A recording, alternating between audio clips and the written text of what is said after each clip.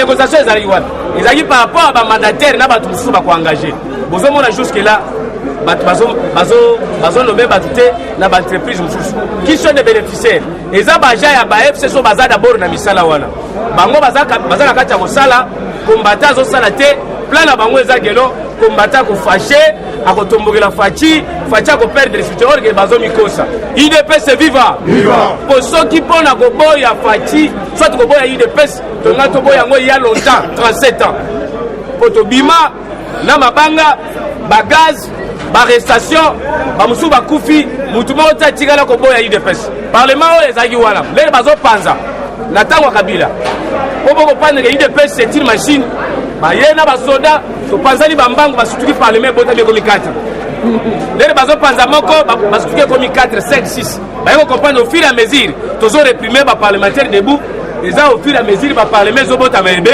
ebele c'est-à-dire IDPS c'est une machine Félix Tshisekedi a sauvé IDPS c'est la signification l'union pour la démocratie et le progrès social.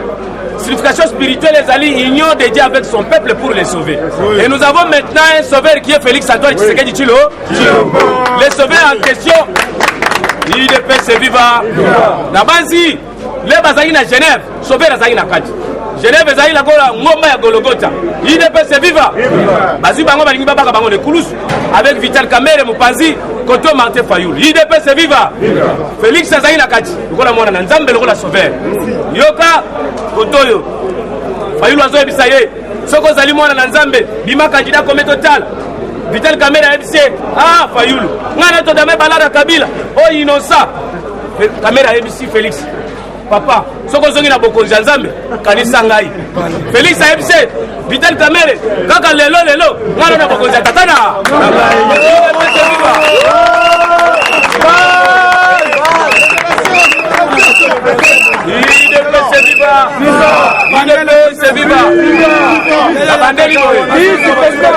La bandeli boy. La Genève, Félix azali de Koulous. La droite na ye Kamerhe, Kotoyo Fayoul.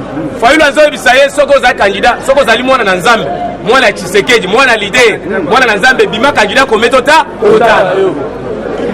Kamerhe lokola aliaki pe balade webika système to répondaki Jésus ayebisi Félix ayebisi Fayoul ngana to dame balade Kabila ti siko oyo aza innocent tosali complot poto bomena Genève ayebisi Félix soko zongi na bokonzi ya tata kanisa ngai Félix ayebisi Kamerhe kaka lelo ngana na bokonzi ya tata na aza wana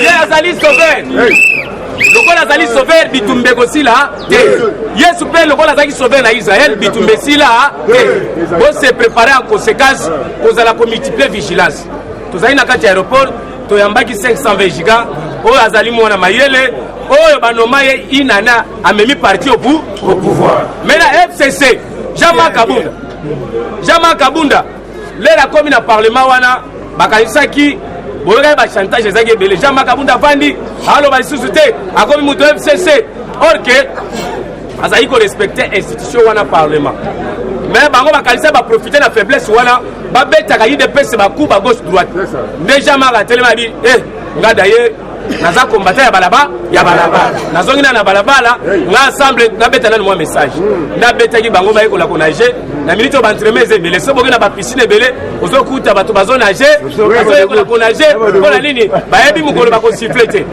pourquoi Félix azo respecter constitution bayebi bien que Félix n'a pas eu pouvoir il y a ko dissoudre le gouvernement ôté maintenant baluka ba provocation mo po trouble moko et banda avant ya récupérer pouvoir na ye pouvoir na ko récupérer ngo detne a ko récupérer ngo le 25 janvier IDPS viva quoi prétendre seulement le 24 les to comme le 25 constitution le article 148 en cas de crise persistante le président de la République peut après consultation du Premier ministre, du président du Sénat et du président de l'Assemblée nationale promulguer la dissolution de l'Assemblée. On n'a pas dit dans la Constitution que non, le chef de l'État doit demander l'avis du président du Sénat. Non. C'est-à-dire qu'ils ont informé Kaka. Mabunda Yaka. Mabloka qui ordonnance Nangaya, on a nommé qui Yumana Nakunguna. Yo Salaginin. On a Salagelo. C'est là corrigé Yo Mabunda. Parlement, vous allez contrôler le gouvernement. Pas nommer un membre par le gouvernement. Il faut interpeller le ministre à portefeuille que non, au sanctionner, nous bloquer l'ordonnance à chef de l'État. C'est-à-dire, yo mabunda ngolo sala ngote oza accusé na complicité. C'est-à-dire, vous allez le yo président Sénat, vous allez le logo yo premier ministre le yé, vous allez le logo nini. C'est-à-dire, il y a déjà une crise au sein des institutions. IDP c'est vivant. Les bako sala ngoye bisanga na. Biso peto to sali ba a na biso. Na ba bébé, on ba o ba fati boy. O fati lindala, fati beto. Ngape la sala ya ngai. Yanga ko monango FFB. La force de Fati c'est là-bas, c'est la base. Voilà les togende, on a visité député, on a visité député au studio de PES, ça a 350 députés. Premier ministre la biso président J. Togondria bien été. Chicha.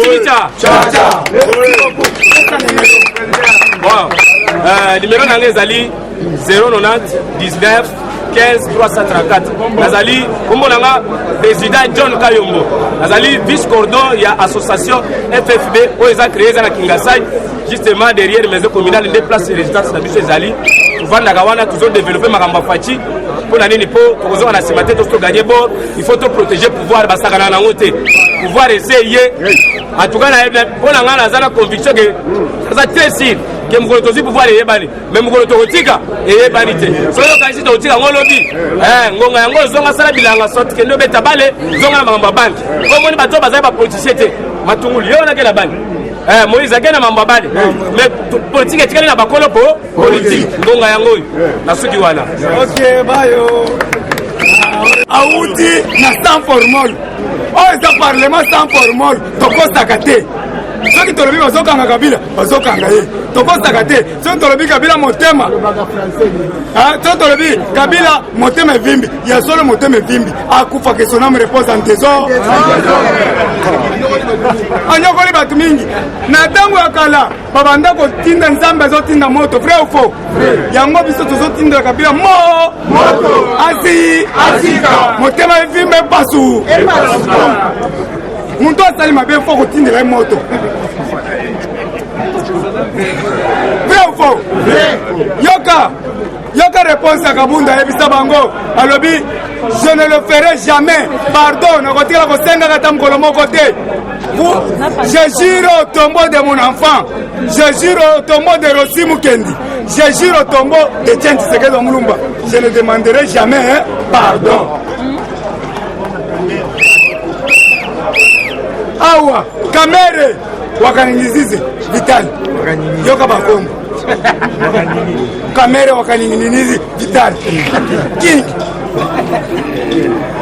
azui souffle pour na biso merci vandanier maintenant nalandie alobi j'ai mon enfant qui répond au nom de Isaac mwana wana na 12h asengaka fufu na 13h asengaka loso na 14h papa bombo Aza comparable à Martin Fayou, Bisenga. Alobi, Martin Aza trop enfanté primaire, un politicien tantôt plus tôt. Franck Djongo, Yepe Aouti Koloba. Alobi, papa, tu sais que Mulumba, Aza visionnaire. Mais attends, Sabiso, politique, avant la biso, diplomatie. Diplomatie, c'est ce qu'il a moins naé. Pour moi, on a dirigé ta communauté, mais le lot, Aza dirigé le monde mobile. Et ça, c'est un côté. Bande Bonangal, 10 000 km à rail.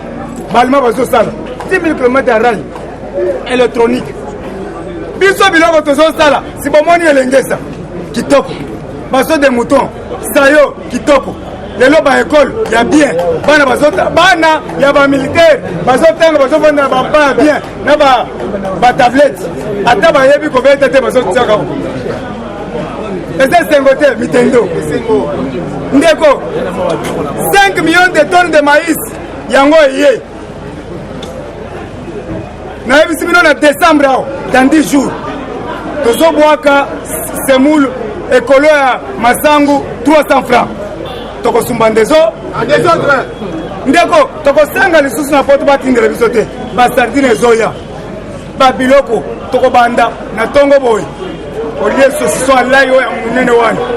Ale, olembi mungu abuaki mususu. Lipa ya munene wani. Miliki, ozo tangola. IDP si viva. Mes chers amis, Tolobi Boye.